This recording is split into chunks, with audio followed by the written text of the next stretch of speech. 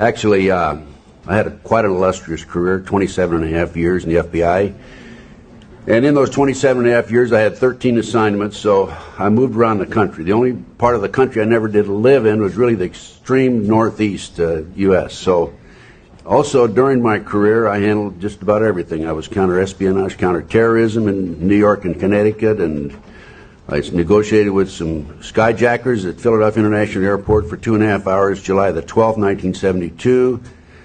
And I ended up being in charge of most of Southern California. Had over 700 personnel under my command. I personally investigated the Oklahoma City bombing case, huge cover-up. Jack Kennedy's assassination, huge cover-up. Bobby Kennedy's assassination, huge cover-up. World Trade Center, huge cover-up. Okay, terrorism. They're using it as an excuse to take away our constitutional rights and our civil liberties. The Bilderbergs. I'm Ted L. Gunderson, a 27-year veteran of the FBI who retired in March of 1979. At the time of my retirement, I was the senior special agent in charge of the FBI Los Angeles Division with more than 700 personnel under my command and a budget of $22.5 million. I was an agent on the street for 9.5 years, and then I advanced administratively. I was a supervisor, and then I was number 2 man in Connecticut and Philadelphia, and assistant special agent in charge was the title.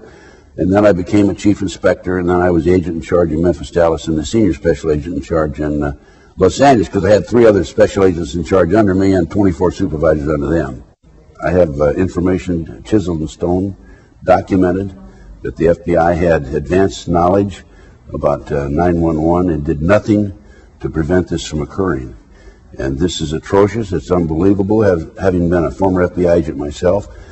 And it's very obvious that this whole thing is being orchestrated by the powers that be at the highest level of our government, and I want the world to know about it. The minute I saw the planes fly in to the tower on television, live as a matter of fact, the question I had in my mind was, there is no way, absolutely no way, that somebody could skyjack 4 planes, 20 people, skyjack 4 planes, in this case 19 individuals, and our government would not know about it in advance. We have, the U.S. government, the most advanced intelligence techniques of anybody in the world, and you'll never convince me we didn't have advanced knowledge about what was going on. We saw the airplanes go in, and it's also a question about whether they're remotely controlled. I don't know about that. I hate to comment on something where I have no documentation, but there's much more to this story than has come out so far. You will never in a million years convince me that those buildings, the towers, collapsed because those planes hit them. I'm confident that they were imploded. As a matter of fact, there were seismograph readings they think from the basement, 2 of them, about the time that the buildings collapsed. There were also molten steel that was in the basement, which is a very high temperature for melting steel, and those planes hit above the 80th floor, so there's no way that airplane fuel could have dropped down that low. Also, there were fires that burned in the basement for some 100 days afterwards. So there's some implication, and there's some finagling, there's some maneuvering, as far as I'm concerned, and there are many, many more people involved in this than these so-called skyjackers and terrorists.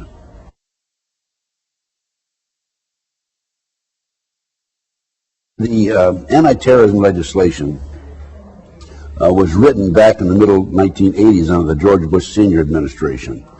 A female Department of Justice attorney, who was one of the authors, made the statement publicly, before this passes Congress, people have to be killed. Now, if we fast forward to a World Trade Center car bombing in February 1993.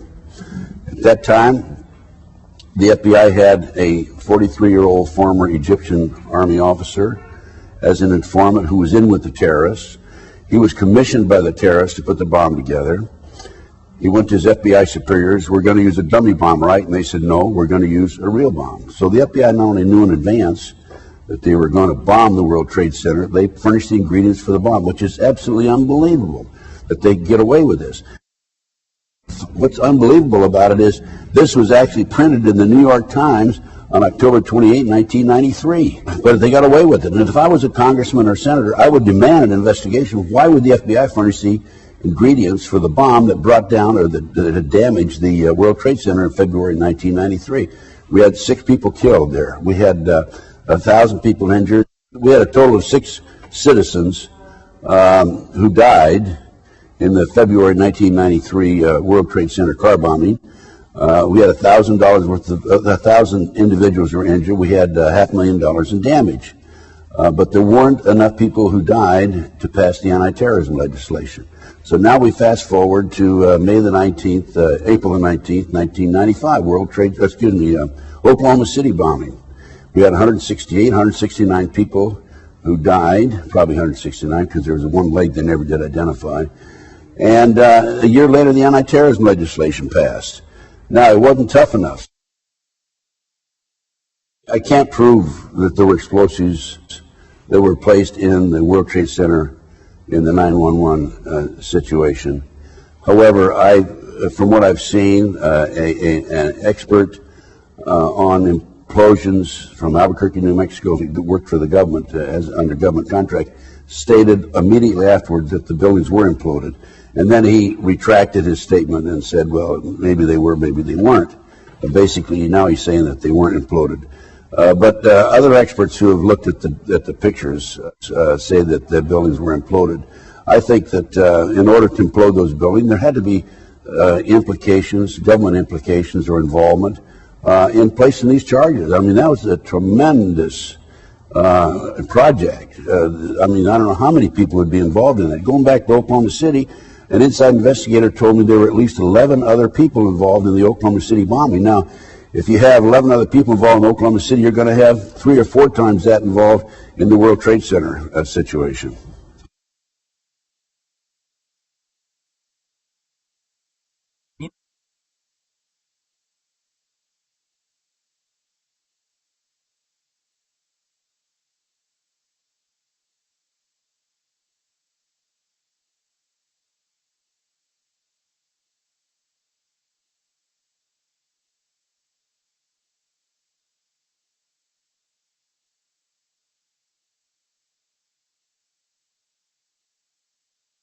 Going back to Oklahoma City, the government claimed that there was a fertilizer, ammonium nitrate fertilizer bomb in the truck.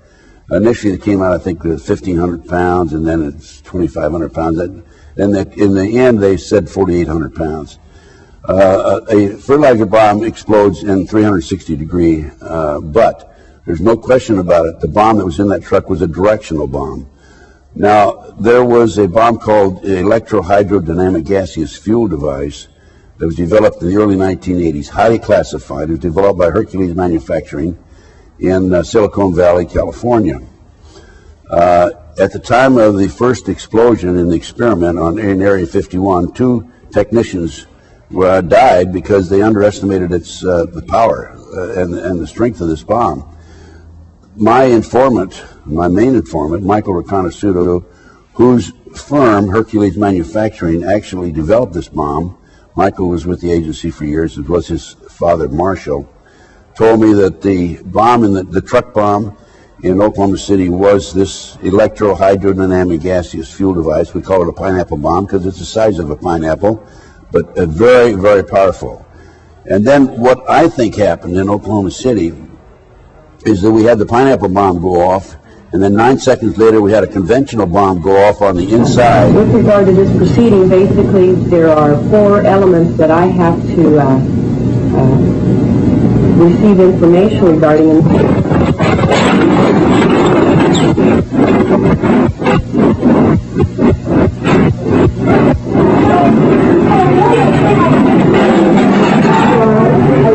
Everybody, let's get out of here. Now, what's the electricity line?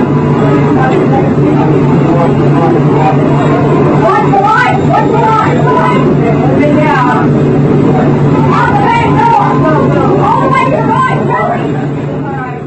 I have a newspaper article, actually a publication from the Fireman's Magazine, where the author, who is the editor of the magazine and obtained the information from the Oklahoma City Fire Department, states that 4 unexploded devices were brought out of Oklahoma City, the Murrah building, that 4 unexploded devices were brought out of the Murrah building. This is in this article, Fireman's Publication. I think it was September of 1995 when it was published.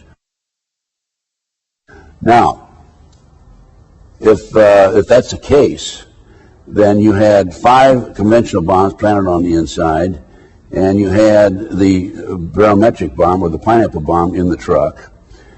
And now we have the news media. I have copies of the news media that were recorded that afternoon, the afternoon of Oklahoma City, and reporter after reporter after reporter has made the statement, oh, they recovered a bomb that was unexploded.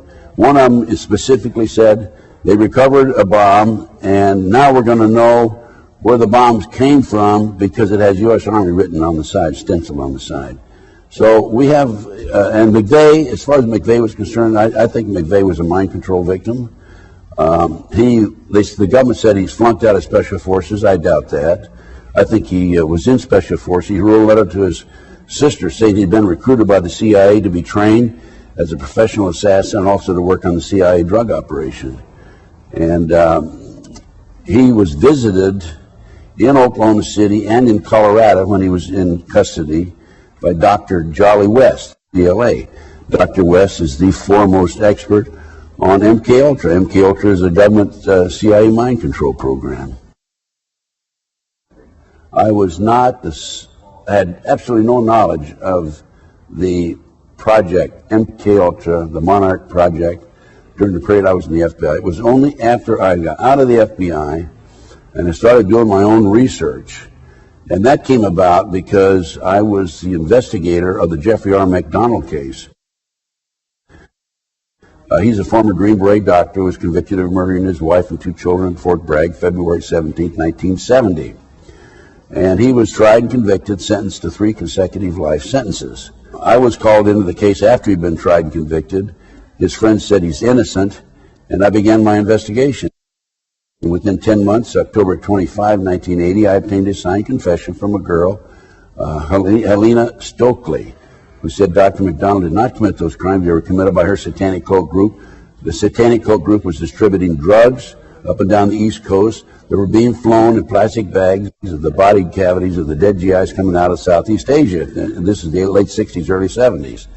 This is all documented. Time magazine, January 1, 1973. Dr. McDonald is absolutely innocent, and he's in jail today, 20-some years in prison. Now, the reason I tell you about that case is because after I developed this information and went public with my confession from Helena, I was on national TV, I was on radio talk shows, and people came from all parts of the United States and said, hey, I know all about that, satanic cults, it's for real, I'm a victim, et cetera, et cetera, et cetera. And that's how I became involved and embroiled in these very controversial issues. And then I started doing my own research, and one thing led to another. And then I investigated international child kidnapping ring out of the Midwest, out of Nebraska. They were flying children out of Sioux City, Iowa to Washington, D.C. for sex orgies with congressmen and senators. And just went on and on. And I had the McMartin case out of Southern California. The children were dropped off in the school in the morning by their parents. They picked them up late in the afternoon. In the interim, they put the kids through tunnels and up into the trapdoor, the triplex next door, put them in automobiles and prostituted them. 2, 3, 4-year-old children. Unbelievable. And this is how I became involved in all these issues. And I just kept going, as any good investigator would do. I just keep going.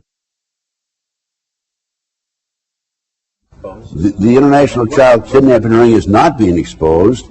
I have personally given my documentation to the FBI on at least 6 or 8 occasions, and I have been ignored because it's a covert CIA child kidnapping operation that's been active since the early 1960s.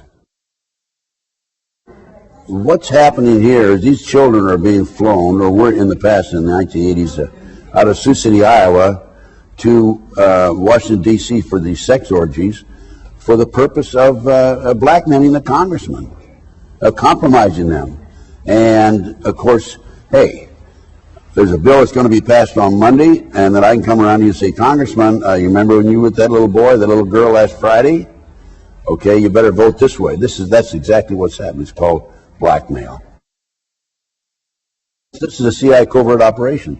It's called the Finders out of Washington, D.C. And they're involved in kidnapping and international trafficking of children around the world. And I had, in my day, in the 80s, I had one of the kids who was actually part of the kidnapping team. When he was 10, 11, 12 years old, they would put him out as a decoy in the parks or shopping malls and so forth, and to attract the kids his age over near the car, and then the adults would grab the children and be off with them. One little kid was a 12-year-old newspaper boy named Johnny Gosh out of West Des Moines, Iowa. Johnny Gosh was kidnapped, and back in 1982, he was taken in, used as a sex slave. Later, he and another kid escaped. They stole a car and escaped, and Johnny Gosh is in hiding right today, by the way.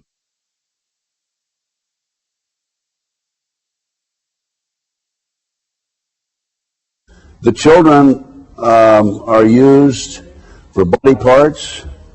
They're used for satanic ceremonies, human sacrifices. They're used as sex slaves. In 1997, I think it was, I was in Denver giving a lecture.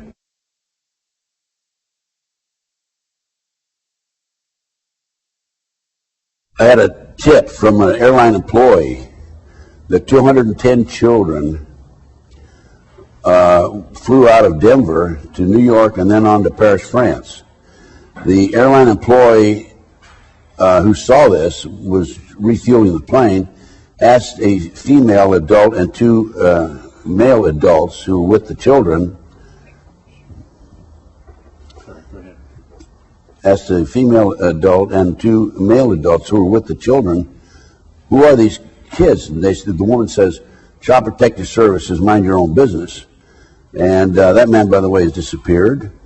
I also had a tip from an airline employee, a flight attendant out of Los Angeles, that a plane load of kids, children, was flown to Paris, France.